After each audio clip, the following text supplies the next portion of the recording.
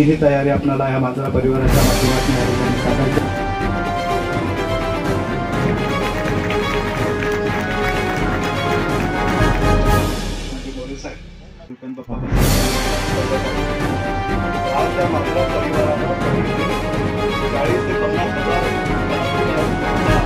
ओलांडलेली आहे. प्रत्येक 5 दशकामध्ये किती पण वाढ झाली याचा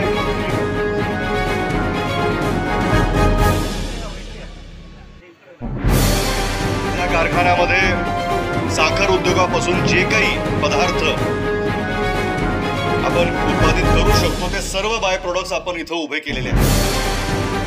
पहिल्या टप्प्यामध्ये साखर उत्पादनानंतर बगॅसच्या माध्यमातून वीज निर्मिती व्हायची, त्याच्यानंतर मोलॅसिसच्या माध्यमातून ENA निर्माण व्हायचा.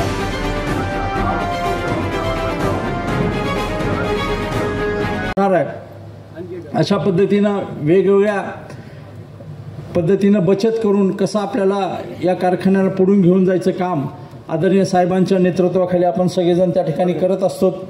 आपल्या कारखान्याचे कार्यकारी संचालक, सर्व खाते प्रमुख, सर्व कामगार यांना देखील या हंगामाच्या आणि आमच्या शेतकरी बांधवांना देखील हंगामाच्या हार्दिक हार्दिक अशा शुभेच्छा देतो आणि थांबतो. जय. प्रमुख पाहुणे आणि ज्याने आत्ताच आपल्या समोर सविस्तराने मार्गदर्शन केलं ते आपले लाडके आमदार सन्माननीय धीरज भैया, कारखान्याचे व्हाईस चेअरमन आणि जिल्हा काँग्रेसचे अध्यक्ष सन्माननीय श्रीशैलजी उडगे, शेतकी कमिटीचे चेअरमन सन्माननीय अशोकराव काळे, जागृतीचे व्हाईस चेअरमन श्री लक्ष्मण मोरे, संत शिरोमणीचे chairman Shri Shyamji Bhosale, vice chairman Sachin Patilji, Manjara कारखान्याचे व्यासपीठावर उपस्थित असलेले सर्व सन्माननीय संचालक, विलास युनिटी 1चे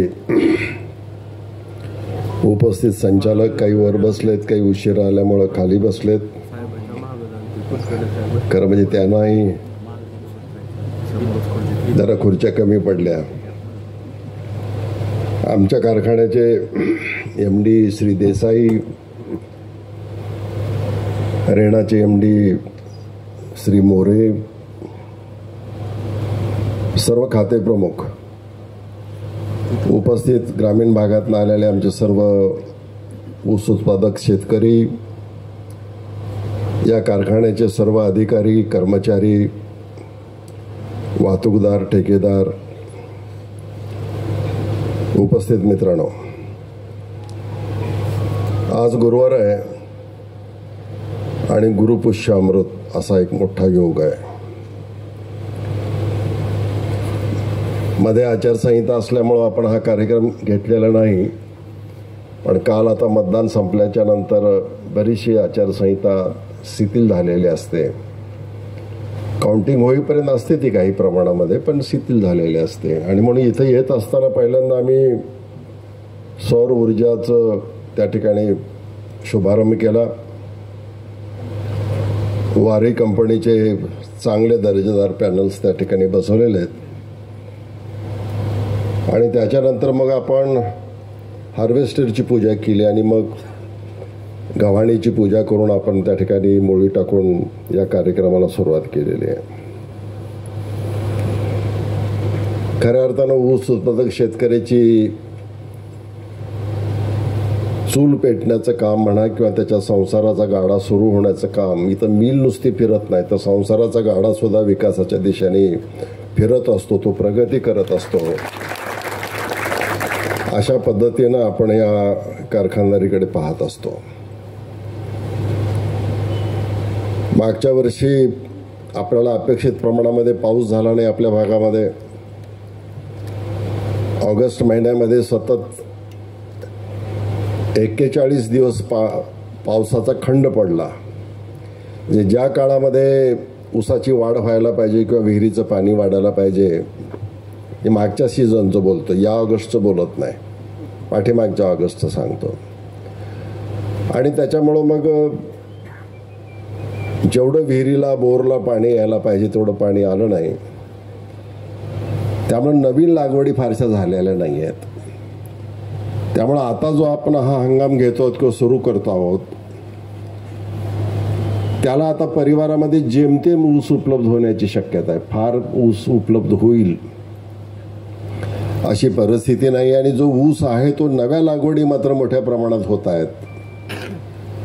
तेव्हा बेण्यासाठी सुद्धा शेतकऱ्याकडे असलेला ऊस हा तिकडे वापरला जाण्याची शक्यता आहे. कारखान्याच्या माध्यमातून सुद्धा परिवारातले काही कारखाने ते अशा प्रकारचे बेणं उपलब्ध करून देण्याची स्कीम राबवता येत नाही असं नाही. तर एकंदरीत हा सीझन थोडासा शॉर्ट आहे. निवडणुकीच्या बाबतीमध्ये एका गोष्टीची धन्यवाद दिले पाहिजे की शासनानेच म्हटलं की 15 नोव्हेंबरच्या आत कारखाने सुरू करू नका. त्यामुळं आता 15 नोव्हेंबर, आज 21 तारीख आहे, थोडा उशिरा सुरू केल्याचा फायदा असा होतो की ऊसामध्ये साखरेचं प्रमाण वाढतं, जरा रिकव्हरी वाढायला त्याची मदत होते. आणि म्हणून आजच जागृतीची रिकव्हरी जर बी हेवीचं डायव्हर्शन गृहीत धरलं तर 10.15, आज दुसरा का तिसरा दिवस आहे कारखान्याचा, तर 10 जर सुरुवात झाली तर मग ॲव्हरेज वाढायला काही अडचण येत नाही. पण एकदमच 8 आणि 8:30 जर सुरुवात केली मग ते पहिला महिन्यात मॅच व्हायला खूप वेळ लागतो. तर त्या भागातली सुरुवात आहे, आपल्या भागातही तशाच थोड्या बहुत फरकाने सुरुवात होईल अशा प्रकारचा एक भूमिका या ठिकाणी. जसं धीरजभाईंनी सांगितलं की हे पीक आता साखरेपुरतं मर्यादित राहिलेलं नसून एक एनर्जी क्रॉप म्हणून त्याच्याकडे बघतात की त्याच्यातनं एक वीजही तयार व्हायला लागली आहे, इंधन पण तयार व्हायला लागलंय, मोठ्या मोठ्या फॅक्टरीला लागलेला जे काही अल्कोहोल त्या पद्धतीचं आहे तेही त्याच्यामधनं तयार व्हायला. आता ऊसाची कुठलीही गोष्ट वेस्टेज नाही आहे. म्हणजे बगॅसपासनं सुद्धा काय काय निर्मिती झाली त्याचा उल्लेख आता धीरज भाईने आपल्या भाषणामध्ये केला. आणि म्हणून मांजरा परिवारानं नेहमीच जे जे काही नवीन या क्षेत्रामध्ये ज्याचं संशोधन होतं किंवा एक विचार समोर येतो, मग ते VSIच्या परिसंवादामधनं कळलेलं असो किंवा अन्य बऱ्याच संस्था आहेत की ज्या ह्याच्यावरती कॉन्फरन्सेस घेत आहेत, परिषदा भरवत आहेत, चर्चा होते आहे, तर त्या गोष्टी आपण अंगीकारण्याचं याच्यामध्ये ठरवलेलं आहे. ज्या पद्धतीनं आता सोलारचं युनिट केल्यामुळं आपलं बरंचसं जे डोमेस्टिक बिल होतं ते आपल्याला ऑफ सीझनमध्ये सुद्धा ही वीज आपल्याला वापरता येईल. तर वार्षिक सगळा विचार केला तर 1-1.5 कोटी रुपये आपली सेव्हिंग लाईट बिलाची जी होते, तर त्या पद्धतीची सेव्हिंग त्याच्यामध्ये होईल. 1.5 कोटी वाचले तर 1.5 कोटी एक महिन्याचा पगार आपला निघू शकतो त्याच्यामधनं. साधारण मांजरामध्ये 1.5 कोटीपर्यंत आपण महिन्याला पगार देतो, बोनस वगैरे सोडून द्या. आणि म्हणून छोट्या छोट्या गोष्टीतनं आपलं नियोजन करत असताना आपलं उत्पन्न वाढलं पाहिजे. केवळ साखरेपासूनच नव्हे तर उत्पन्न वाढलं पाहिजे, आपली सेव्हिंग झाली पाहिजे प्रत्येक ह्याच्यावरती. मागच्या सीझनबद्दल मी समाधानी नाही आहे. अपेक्षेप्रमाणे आपण परफॉर्मन्स विशेष करून मीठ विभाग आणि प्रोडक्शन विभागामध्ये आपण देऊ शकलेले नाही आहोत. आपली डिस्टिलरी प्लॅन्ट चांगला चालला, त्याच्याबद्दल निश्चित त्या विभागाचं आणि तिथं काम करणाऱ्या कर्मचाऱ्याचं अभिनंदन आपण केलं पाहिजे. कोजनच्या क्षेत्रामध्ये सुद्धा चांगल्या पद्धतीचं काम झालं, तिथेही आपण त्यांना धन्यवाद दिले पाहिजेत. पण साखर उत्पादनाच्या क्षेत्रामध्ये आपले बरेचसे लॉसेस झालेले आहेत. आता योगायोगाने इथे HOD आणि आमचे कर्मचारी पण या ठिकाणी आहेत. मला आपल्या सर्वांना एक गोष्टीची सूचना करायची की आपण काम करत नाही अशी तक्रार नाही आमची, पण आपल्याला थोडं अधिक जागरूक राहून त्याचे लॉसेस कसे कमी करायचे, तर त्या बाबतीमध्ये पोल लॉसेस असतील ते पाहावं लागेल आपल्याला, ज्यूसचे लॉसेस असतील ते बघावं लागेल आपल्याला, मधल्या इलेक्ट्रिकल मोटारी आणि इतर ह्याच्यामधलं मेंटेनन्स ताबडतोबीनं करावं लागेल. मला वाटतं की यावर्षीची जी काही माझी माहिती आहे की तुम्ही चांगल्या पद्धतीनं स्वतःला प्रिपेअर केलेलं आहे. MD आणि आमच्या बाकीचे जे अधिकारी आहेत त्या विभागाचे नवीन इंजिनियर आलेले आहेत आपल्याकडं दोन्ही ह्याच्यासाठी, त्या सगळ्यांनी काळजी घेतल्याचा रिपोर्ट माझ्याकडं आहे. पण आता परफॉर्मन्स देताना जो परफॉर्मन्स दिसेल तेच खरं, या पद्धतीची तुमची सर्वांची मला एक अपेक्षा आहे. आणि म्हणून केवळ इंजिनियर एकटा माणूस काम करतो असं नव्हे, त्याला आमच्या कर्मचाऱ्यांनी जे जे आपल्या शिफ्टचे लोक आहेत त्यांनी तेवढी साथ दिली पाहिजे. आपला खरं तर तो तुमचा प्लॅन्ट आहे. हे अधिकारी बऱ्याचदा बाहेरच्या भागातनं आपल्याकडे आलेले असतात, पण तुम्ही आम्ही इथले लोकलचे लोक आहोत. त्यामुळं लॉसेस जरी तुम्ही कमी केले तर मग शेतकऱ्याला आम्हाला अधिक भाव देता येण्यासारखा आहे. शेतकी विभाग आपला खूप महत्त्वाचा आहे.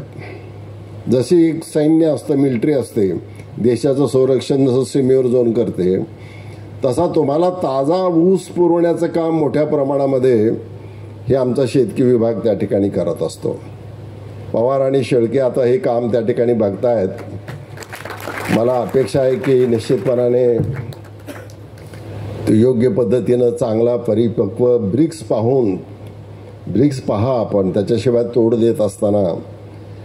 आणि शेतकऱ्याशी सुद्धा आपण चांगली वागणूक देऊ, कोणाच्या कमीत कमी तक्रारी येतील किंवा न तक्रारी येतील अशा प्रकारचा एक प्रयत्न करूया. आजपर्यंत आपण त्याच पद्धतीनं चाललेले आहोत.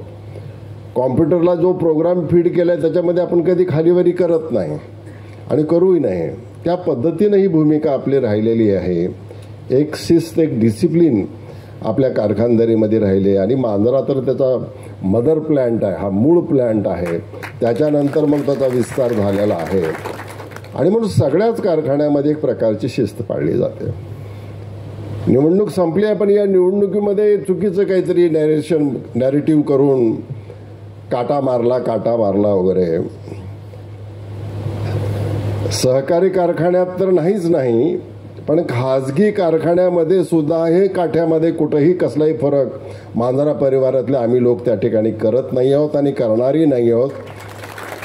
मला वाटतं MD या लोकांना एकदा बोलून त्यांच्यासमोर काटा सील करण्याचं काम, एक परिपत्रक काढा, इतक्या वाजता हजर राहावं तुम्ही, ज्यांना शंका आहे कोणत्याही पक्षाचे असोत किंवा कोणत्याही संघटनेचे असोत आणि त्यांच्या सह्या घ्या त्यांच्यासमोर पंचनामा करून.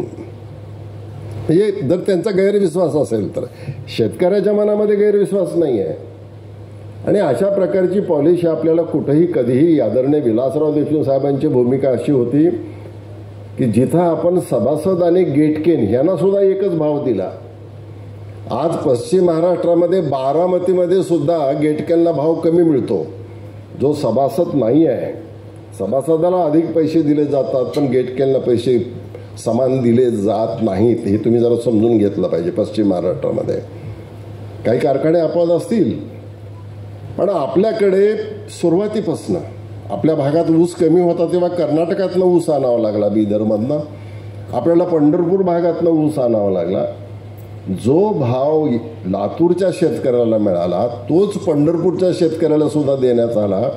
तोच भाव त्या ठिकाणी कर्नाटकाच्या शेतकऱ्याला सुद्धा देण्यात आला. वाहतुकीमध्ये सुद्धा कसला फरक केला नाही. कारण आदरणीय साहेब म्हणायचे की कर्नाटकाचा जरी असला तरी तो शेतकरीच आहे, त्याला सुद्धा ऊन पावसामध्ये मेहनत करून ऊस पिकवावा लागतो, त्यालाही तिथे कष्ट घ्यावे लागतात. आणि म्हणून असा प्रकारचा भेदभाव जिथं आपण राज्याच्या इथं करत नाही, नाही तर कर्नाटकातले ऊस कसे गुत्ते पद्धतीने येतात आणि त्याचे सप्लायर कोण्या पद्धतीनं काम करतात हे किमान आपण ऐकून तरी आहोत. आज सुदैवानं आपल्या एरियामध्ये जेवढा पाहिजे तेवढा ऊस उपलब्ध झालेला आहे. आणि म्हणून कारखाना चालवत असताना परिपक्व ऊस आणणं, वेळेवरती तो गाळप करणं, ज्या ठिकाणी कुठे काही फॉल्ट येईल, आता एवढी मोठी मशिनरी आहे, काहीतरी कुठंतरी काहीतरी होत असतं, अशा वेळी ताबडतोबीनं तिथं त्याला अटेंड करणं, ते दुरुस्त करणं आणि प्रत्येक टप्प्यावरती काटकसर करून ही कारखानदारी चालवणं हे अत्यंत महत्त्वाचं आहे. हे नियोजन जर जमलं तर मला वाटतं की 2 पैसे अधिक कारखान्याकडे शिल्लक राहतील आणि ते शिल्लक राहिल्याच्या नंतर ऊसाचा दर जास्तीचा आपल्याला देणं हे सहज शक्य व्हावं. या गोष्टीनं आपण सर्वांनी लक्ष दिलं पाहिजे.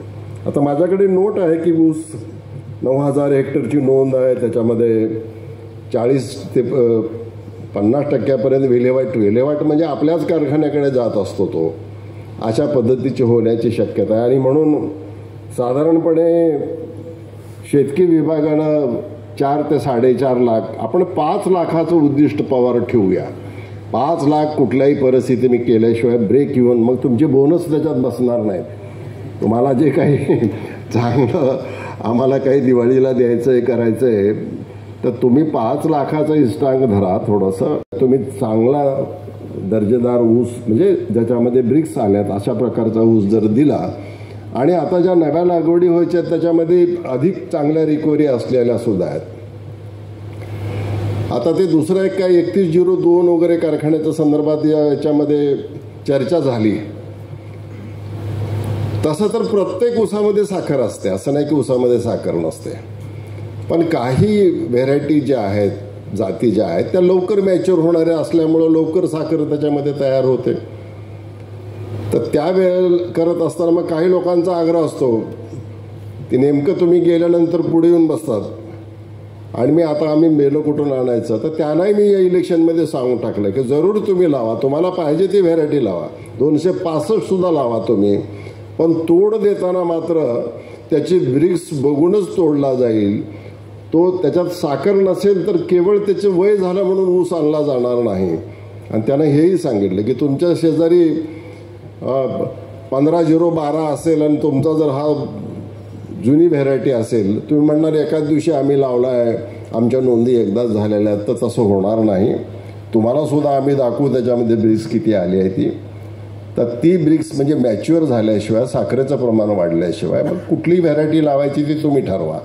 या पद्धतीनं आपण भूमिका दिलेली आहे आणि त्या पद्धतीनं आपण त्याच्यामध्ये कसल्या नोंदी घेतल्या नाहीत, कच्च्या नोंदी वगैरे. तर नोंदी घ्यायला काय हरकत नाही, ऊसच नाही तुमच्याकडे. त्यामुळं ज्याच्या कोणाच्या नोंदी राहिल्या असतील तरी त्याच्या नोंदी, त्या नोंद घेताना व्हेरायटी लिहा ना, ती लिहितोच आपण ती. तर त्या पद्धतीचं आपण चांगलं काम करूया आणि हा सीझन यशस्वी राहील अशा पद्धतीनं आपल्याला पुढे जायचं आहे. अनेक बाबतीमध्ये धीरजभाईंनी आपल्यासमोर सांगितलेलं आहे आणि म्हणून त्या सगळ्या गोष्टी, आता डिस्टिलरी आपली क्षमता वाढलेली आहे. त्या क्षमतेप्रमाणे आपण प्रोडक्शन त्याच्यामध्ये करत आहोत. गॅसच्या बाबतीमध्ये सुद्धा त्यांनी सांगितलं, ह्या सगळ्या गोष्टी आपण या ठिकाणी करत आहोत.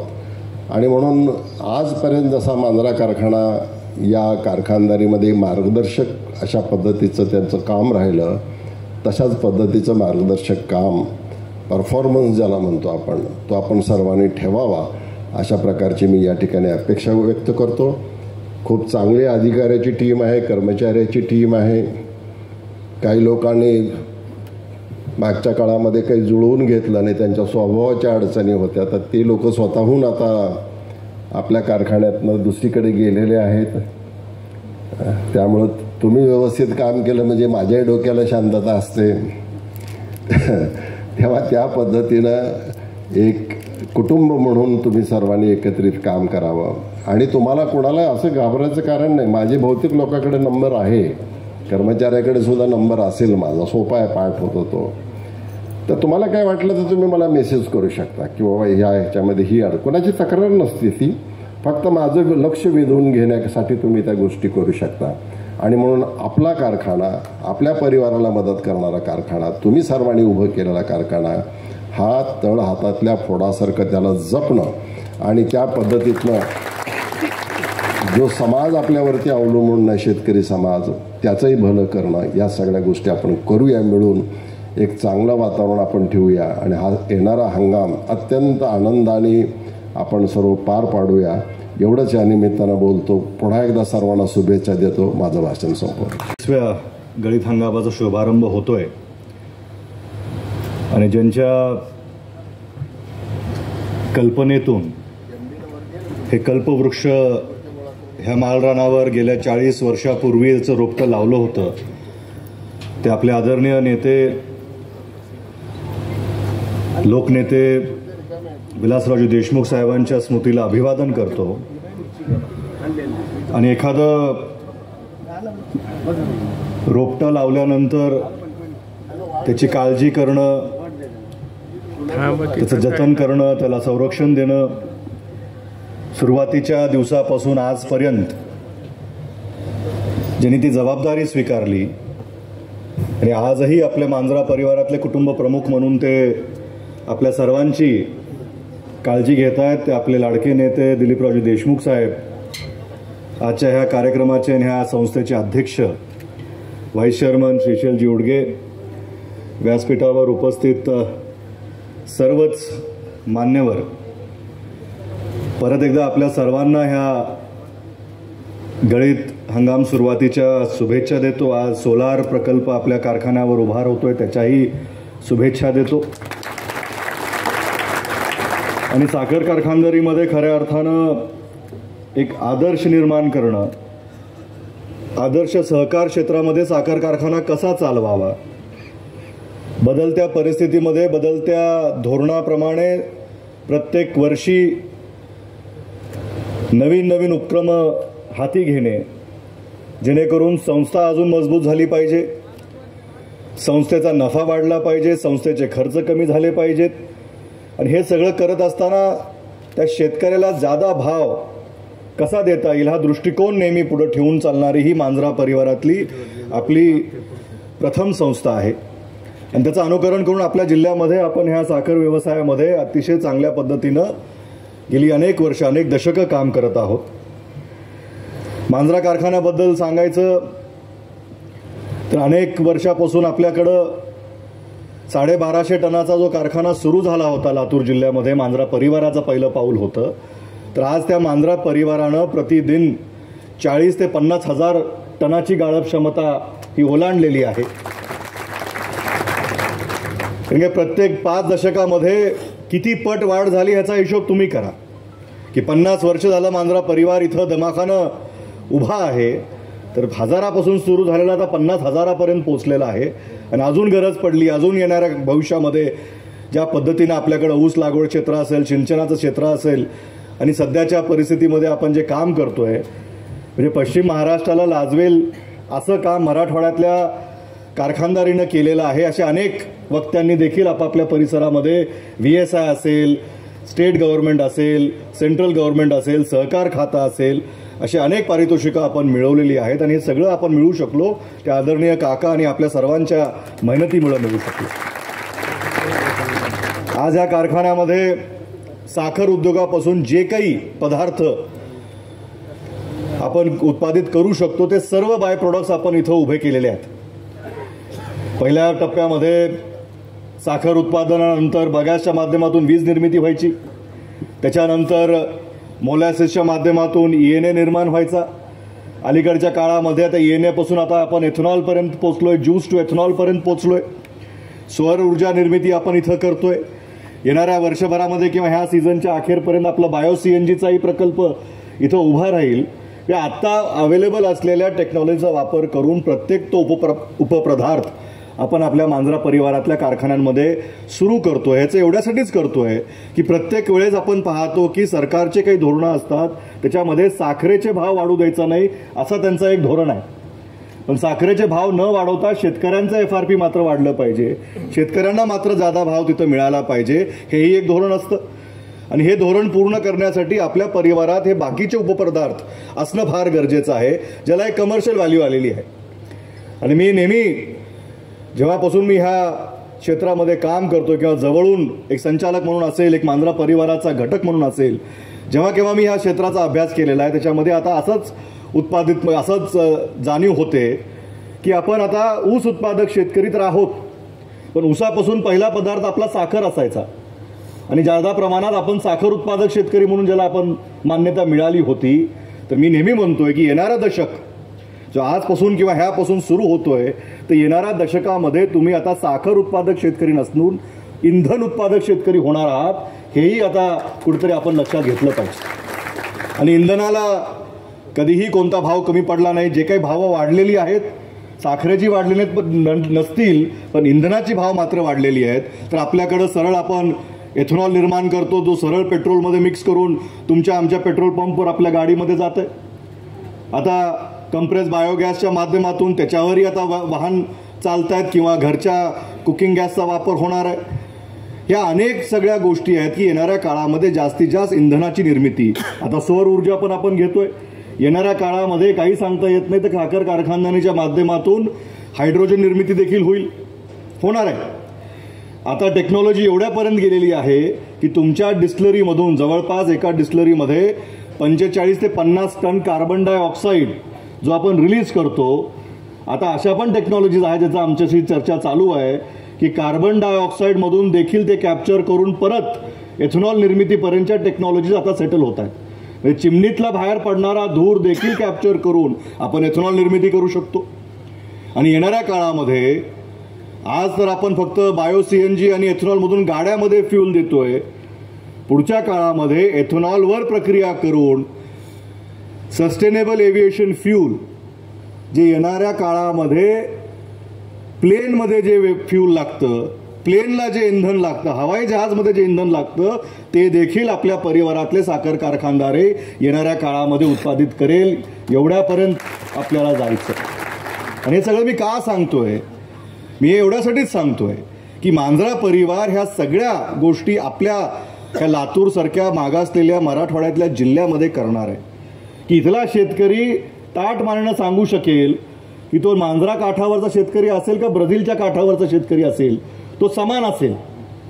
मोठ्या मोठ्या देशांमध्ये जेव्हा आपण ऐकतो की साओ पावलोमध्ये काय चाललंय, तेच आपल्या मांजराच्या बांधावर होणार आहे. त्यामुळे तुम्ही जेव्हा तुमच्या फेसबुकच्या माध्यमातून नवीन मित्र जे करणार आहात, तर ब्राझीलचा शेतकरी, ऑस्ट्रेलियातला शेतकरी, युरोपमधला शेतकरी आणि जिथं जिथं साखर उत्पादक शेतकरी असेल त्याच्या तुलनेमध्ये त्याच्या समानतेवर मांजरा परिवारातला मांजरा काठावरचा देखील शेतकरी असेल, हे मी आज इथं भाकीत करू इच्छितोय. ऊस यंत्रणाचा जो कार्यक्रम आहे आपण जो राबवला, मांजरा परिवारानं पुढाकार घेतला, जिल्हा मध्यवर्ती बँकेने त्याला सहकार्य दिलं, ते एवढ्यासाठीच आपण घेतला की मांजरा परिवारातलं रोजगार निर्मितीचं मॉडेल विरुद्ध जे सध्याचं विद्यमान सरकार काम करतंय त्यांचं रोजगार निर्मिती करण्याचं मॉडेल. कारण की मांजरा काठावर मांजरा परिवारातला मांजरा कारखाना आहे, ज्यांनी एक निर्णय घेतला की आपल्या भागामध्ये ऊस तोड मजूर कमी मिळत आहेत, ऊस तोड यंत्रणाचा कार्यक्रम जास्त राबवला पाहिजे, जास्त लवकर आपल्याकडं ऊस गाळप झाला पाहिजे. तर एका निर्णयामध्ये फक्त 100 हार्वेस्टरच्या माध्यमातून आपण जवळपास 4,500 कुटुंबाला रोजगार मिळवून देऊ शकलो. त्याचे अनेक उदाहरण इथं बसले, सचिन आहेत, अनेक आमचे सहकारी आहेत ज्यांनी स्वतः हार्वेस्टर मालक आहेत, स्वतः हार्वेस्टर चालवत आहेत आणि त्यांच्या हार्वेस्टरच्या माध्यमातून त्यांच्याकडं पहिलं एक शिक्षक म्हणून सचिन काम करायचे, आता ग्रामपंचायतचे सरपंच म्हणून ते काम करतायत. पहिलं ते पगार घ्यायचे काका, शिक्षक म्हणून संस्था चालवून पगार घेण्यापुरतं होतं, आज ते पगार देण्यासारखे झालेले आहेत, अजूनही घेत आहेत. पण शिक्षक म्हणून पगार घेण्यापासून आज 5-5, 6-6 लाख रुपयाच्या पगारी ते त्यांच्या ड्रायव्हरला असतील, ऑपरेटरला असतील, इनफिल्डरवाल्याला असतील. ही क्षमता मांजरा परिवारामध्ये साहेब नेहमी म्हणायचे की नोकऱ्या मागण्यापेक्षा नोकरी निर्माण करून देणारे हात तुम्ही झाले पाहिजेत. हा विश्वास त्यांना होता की लातूरची ही किमया आहे की जिथं विलासराव देशमुख साहेबांचा, आदरणीय दिलीपराव देशमुख साहेबांचा विचार असेल तिथं मागण्यापेक्षा आपण देणारे झाले पाहिजेत. आणि तशी क्षमता फक्त आपण म्हणून नाही, आपल्या जवळ आलेले सर्वजण, म्हणजे संचालक असतील, कार्यकर्ते असतील, आपल्या विचाराची लोक असतील, ते त्यांच्या पायावर उभे राहिले पाहिजे. ते त्यांच्या पद्धतीनं अजून 10-15 कुटुंबाला त्यांचा लाभ मिळाला पाहिजे आणि त्या पद्धतीनं हा मॉडेल केला. आणि त्याच्या विरुद्ध आपल्याच मालरानावर ह्या रस्त्याने जर आपण खाली गेलो तर एक रेल्वे, मराठवाडा रेल कोच फॅक्टरीचा एक मोठा प्रकल्प उभा आहे. गेली अनेक वर्ष तो उभा आहे, त्याचे उद्घाटनं होतात, पण तिथं रोजगार निर्मिती मात्र होत नाही.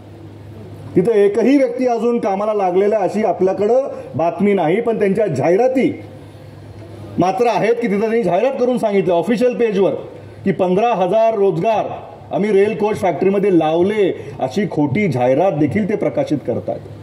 म्हणजे एवढं खोटं बोल पण रेटून बोल, आपल्या खऱ्याला किंमत नाही. कुठेतरी आपल्याही लोकांनी येणाऱ्या काळामध्ये हे तुलना केली पाहिजे की टीका करणारे टीका करत राहतील, त्यांच्याकडे न लक्ष देता आपलं जे चांगलं काम आहे, आता आपल्याला ह्या सगळ्या गोष्टींचं संरक्षण करण्यासाठी जे आपण आता ह्या परिवाराचे सदस्य आहोत, जर आपल्या घराकडे कोणी वाईट नजरेनं बघत असेल तर फक्त ती भावली लावून नाही चालणार. गरज पडली तर घरासमोर काठी घेऊन उभं राहावं लागेल. आता ते आता काय ते भोपळा टाईप काहीतरी असतो बघा, लावतो ओवळा, आवाळू लावतो, ओवळा लावतो किंवा ती काळी भावली लावतो, एवढ्यावर नाही चालणार. आता कारण काय पुढची लोक वेगळी आहेत. पहिल्या जुन्या काळातली फक्त लोक बघून जायची, म्हणजे नजर पिढा लागू नये असं म्हणायचो. आता इडा पिढा लागू नये. आता जे वाढलंय त्याला संरक्षण करण्यासाठी गरज पडली तर आपलं घर राखण्यासाठी आपल्याला स्वतःहून त्याचं संरक्षण करण्यासाठी ह्या सगळ्या संस्था, ह्या सगळ्या वास्तू सुरक्षित राहिल्या तर आपल्या कुटुंबाचं, आपल्या प्रपंचाचं, आपल्या भागातल्या शेतकऱ्याचं, आपल्या भागातल्या तरुण उद्योजकांचं भविष्य सुखरूप राहणार आहे. आणि ही जी आर्थिक सुबत्ता गेली अनेक वर्ष याच्यामध्ये दैनंदिन वाढच झालेली आहे, ती पुढं अशीच जर आपल्याला वाढवायची असेल तर ह्या सगळ्या संस्था चांगल्या विचाराच्या लोकांच्या हातामध्ये नेहमी आपण ठेवलेल्या आहेत आणि त्यांचा चांगला विचार त्यांच्या कार्यातून, कृतीतून हा तुमच्या पर्यंत पोहोचलेला आहे. मग ते जिल्हा मध्यवर्ती बँक असेल, प्रत्येक नवीन उपक्रमाला जिल्हा मध्यवर्ती बँकेने आपल्या कारखान्याला असेल, परिवारातल्या कारखान्या असतील किंवा या जिल्ह्यातले जे कोणी नवीन उद्योजक आमच्याकडे येतात त्यांना आम्ही प्रोत्साहन देण्याचं काम केलं. आणि त्या माध्यमातून काही दुसऱ्या बँका त्या विचारानं काम करत नाही. जे जिल्हा मध्यवर्ती बँका, जिथं आम्ही जेव्हा बैठकीला वगैरे बसतो, परवा कर्नाटकाचे उपमुख्यमंत्री आमच्याकडं इथं प्रचाराला आले होते, त्यांच्याशी आम्ही चर्चा केली, सहकार क्षेत्राबद्दल चर्चा केली, आम्ही काही त्यांना आमच्या स्कीम समजवल्या. त्यांना आश्चर्य वाटला की 5 लाखापर्यंत जे बिनव्याजी कर्ज आदरणीय काकांनी जो मॉडेल इथं लातूरला सेट करून दिला आहे तो जगामध्ये कुठेच नाही, कर्नाटकासारख्या राज्यात नाही आहे. त्यांनी आम्हाला बोलवलंय की तुम्ही हे कसं केलं आम्हाला सांगा. म्हणजे आमच्या भागातल्या सहकारी बँका जे काम करतायत त्याच्यामध्ये तिथल्या सहकारी क्षेत्रात, कारण कर्नाटक सुद्धा आपल्यानंतर मोठा ऊस उत्पादक शेतकरी आहे, तिथं दूध उत्पादक शेतकरी आहे, की तुमच्या योजना कर्नाटकामध्ये आम्ही कशा राबवू शकू ह्याच्यावर सुद्धा चर्चा करायला त्यांनी आम्हाला बोलवलेलं आहे. आणि खास करून मी जेव्हा त्यांना सांगितलं की तुटी लागवडीमध्ये देखील आता मोठ्या प्रमाणामध्ये जिल्हा मध्यवर्ती बँक पुढे आलेली आहे आणि ते म्हणले कर्नाटकामध्ये तर सिल्क फार्मिंग आणि सिल्कचं निर्माती करणारं राज्य हे कर्नाटक आहे. तर कर्नाटक येणाऱ्या काळामध्ये लातूर आणि कर्नाटकामध्ये काय आपण सांगड घालू शकतो की इथल्या शेतकऱ्यांना तिकडच्या मार्केटचा लाभ मिळू शकेल, असे काही विचार जे आम्ही घेऊन येतोय. आणि आता जेव्हा आपण येणाऱ्या काळामध्ये CBGवर आता मोठ्या प्रमाणात उत्पादन करणार आहोत, अजून CBGचं क्षेत्र पहिल्या टप्प्यामध्ये अजून पाय त्याचे ते रोवतोय, तर येणाऱ्या काळामध्ये मी नेहमी म्हणत असतो की आपल्या भागामध्ये ट्रॅक्टर असतील, आपल्या भागामध्ये हार्वेस्टर असतील, त्यांना CBGच्या किटवर येणाऱ्या काळामध्ये आपल्याला कन्वर्ट केलं की जे तेल किंवा जे गॅस आपण उत्पादित करतोय सरळ थेट आपल्या सभासद किंवा आपला वाहन चालक तो आपल्या पेट्रोल पंपवर तो गॅस भरून घेईल. बाजारामध्ये आता आप्पा काय चाललाय भाव, तुम्ही आहात त्याच्यामध्ये, रिटेल किती चालू आहे? 78 विक्रीचा दर, रिटेल प्राइस. आपला निर्मिती दर कमी असणार आहे. करेक्ट. तर कुठेतरी आपण जेव्हा उत्पादन करतोय तर ट्रॅक्टरासाठी असेल किंवा हार्वेस्टर सारखे वाहन असतील आपल्याला इथं करावं लागेल. आणि अलीकडे काका CBGवर परवाच काही कंपन्यांनी आता मोटरसायकल सुद्धा CBGवर लॉन्च केलेली आहे. त्यामुळे पुढच्या काळामध्ये आपला जो कर्मचारी वर्ग असेल पेट्रोलच्या न घेता तरी जर CBGच्याच मोटरसायकल येणाऱ्या काळामध्ये घेतल्या तर आपल्याच पंपावर भरून कामाला इथंच यायचंय, इथून घरी जायचंय. त्यामुळं आलं की सकाळी भरायचं. त्यामुळे कुठेही तुमची अडचण होणार नाही. त्याच्यामध्ये येणाऱ्या काळामध्ये अशा काही निर्णय क्षमता आणि ज्या ज्या सूचना किंवा सजेशन आम्ही नवीन पिढीचे जेव्हा काकांसमोर मांडतो अतिशय चांगल्या सकारात्मक पद्धतीनं काका नेहमी त्या सजेशन्स घेतात आणि त्याला निर्णय घेऊन त्याला ह्याच्या अस्तित्वात किंवा ते निर्णय साकारण्यामध्ये त्याला उतरवत असतात. आणि त्या पद्धतीने येणाऱ्या काळामध्ये मांजरा परिवार अजून नवीन उपक्रम हाती घेईल. त्याला येणाऱ्या काळामध्ये आपल्या भागातल्या शेतकऱ्यांना जास्त लाभ कसा पोचवता येईल, आपल्याला खर्च कमी कसा करता येईल. कारण काय कुठेतरी कारखान्याचा जर नफा वाढवायचा असेल तर दोनच गोष्टीमध्ये वाढवता येतो. सरकार आपल्या विचाराचं नसेल किंवा धोरणात्मक निर्णय जर त्या क्षेत्राबद्दल सरकारने चांगले घेतले नाहीत तर संस्थेला स्वतःचा खर्च कमी करूनच नफा वाढवता येतो. आणि प्रत्येक गोष्ट कमी खर्चामध्ये जास्त एफिशियंटली कशी चालवावी ते मॅनेजमेंट आदरणीय काकांच्या माध्यमातून इथं मांजरा परिवारामध्ये प्रत्येक युनिटमध्ये ते आहे. मांजरा परिवारामध्ये ज्या पद्धतीनं आज काम होतोय, उद्या संत शिरोमणीचे चेअरमन देखील व्यासपीठावर आहेत. ते हे सगळं व्हिजिट एवढ्यासाठी तिथं जास्त करतात की जे नवं किंवा जे मांजरा परिवारामध्ये आहे ते संत शिरोमणीला हवं अशी मागणी ते नेहमी कारखान्याकडे कारखान्याच्या माध्यमातून करत राहतात. आणि त्याही परिवारामध्ये आपण जेव्हा ते कारखाना चालवायला घेतलेला आहे तो अतिशय चांगल्या पद्धतीने चालेल आणि प्रत्येक कारखान्याची क्षमता येणाऱ्या काळामध्ये अधिक नफ्याकडं कसं जाईल, अधिक खर्च कमी कसा करता येईल ह्याच्याकडं बघून आपण येणाऱ्या काळामध्ये काम करूयात. आत्ताच कालचा आपला सर्वांनी मतदानाचा अधिकार वापरून आम्हाला आणि आपल्या सर्व विचाराच्या लोकांना जे काही सर्वांनी काम केलं, जी मेहनत घेतली त्याबद्दल आपल्या सर्वांचे आपला लोकप्रतिनिधी म्हणून मी आभार व्यक्त करतो. आणि 23 तारखेला जो अपेक्षित निकाल आहे तो आपल्या सर्वांच्या आशीर्वादानं आपल्याला मिळेल. आणि पुढच्या 5 वर्षाच्या आता याला गळीत हंगाम म्हणायचं काय म्हणायचं आमदाराचा, कारण की शेवटी कार्यकर्ता आमदारालाच गाळणार आहे 5 वर्ष, शेवटी तेच होतंय ना. त्यामुळे तुम्ही आमचा रॉ मटेरियल म्हणून कसा वापर करायचा पण आम्हाला गाळल्यानंतर तुमच्या पदरामध्ये विकास पडल्याशिवाय राहणार नाही. एवढाच आजच्या कार्यक्रमाने बोलतो. परत एकदा सर्वांना शुभेच्छा देतो. मांजरा शेतकरी सहकारी साखर कारखान्याच्या या होऊ घातलेल्या 38व्या गळीत हंगामाचा शुभारंभ ज्यांच्या हस्ते झाला ते आपले सर्वांचे लाडके श्रद्धेय श्री दिलीपरावजी देशमुख साहेब. या कार्यक्रमासाठी आपल्यासोबत उपस्थित असलेले आणि मांजरा शेतकरी सहकारी साखर कारखान्यावरती विशेष प्रेम असणारे आपल्या सर्वांचे लाडके आमदार माननीय श्री धीरज भैया देशमुख साहेब, सोबतच या कार्यक्रमाला उपस्थित असलेले जागृती कारखान्याचे व्हाईस चेअरमन आदरणीय मोरे साहेब, संत शिरोमणी मारुती महाराज सहकारी साखर कारखान्याचे चेअरमन माझे मित्र श्यामजी भोसले आणि मारुती महाराज सहकारी साखर कारखान्याचे व्हाईस चेअरमन सचिनजी पाटील, सोबत उपस्थित असलेले सर्व पाहुणे मंडळी, आज मांजरेश्वराच्या कृपेने आणि श्रद्धेय विलासरावजी देशमुख साहेबांच्या कृपा आशीर्वादाने होऊ घातलेला हा 38वा गळीत हंगाम आपल्या सर्वांच्या साथीने आदरणीय साहेबांच्या नेतृत्वाखाली आपण निश्चितपणे एक समृद्ध आणि संपूर्णपणे सफल असा गळीत हंगाम म्हणून कितीही बिकट परिस्थिती असली तरी सिद्ध करूयात असं आपण सर्व कर्मचाऱ्यांनी आणि सर्व संचालकांनी टाळ्याच्या गजरात साहेबांना शब्द द्यावा ही विनंती करतो. आपण सर्वजण इथं आलात, या कार्यक्रमाची शोभा वाढवलीत. तसेच आदरणीय साहेबांनीही आपल्या सर्वांना मार्गदर्शन केलं त्याच्याबद्दल मी सर्वांचे आभार मानतो. आणि हा कार्यक्रम संपल्याच्या नंतर इथंच व्यासपीठाच्या पाठीमागं चहा पाण्याचा कार्यक्रम ठेवलेला आहे. आपण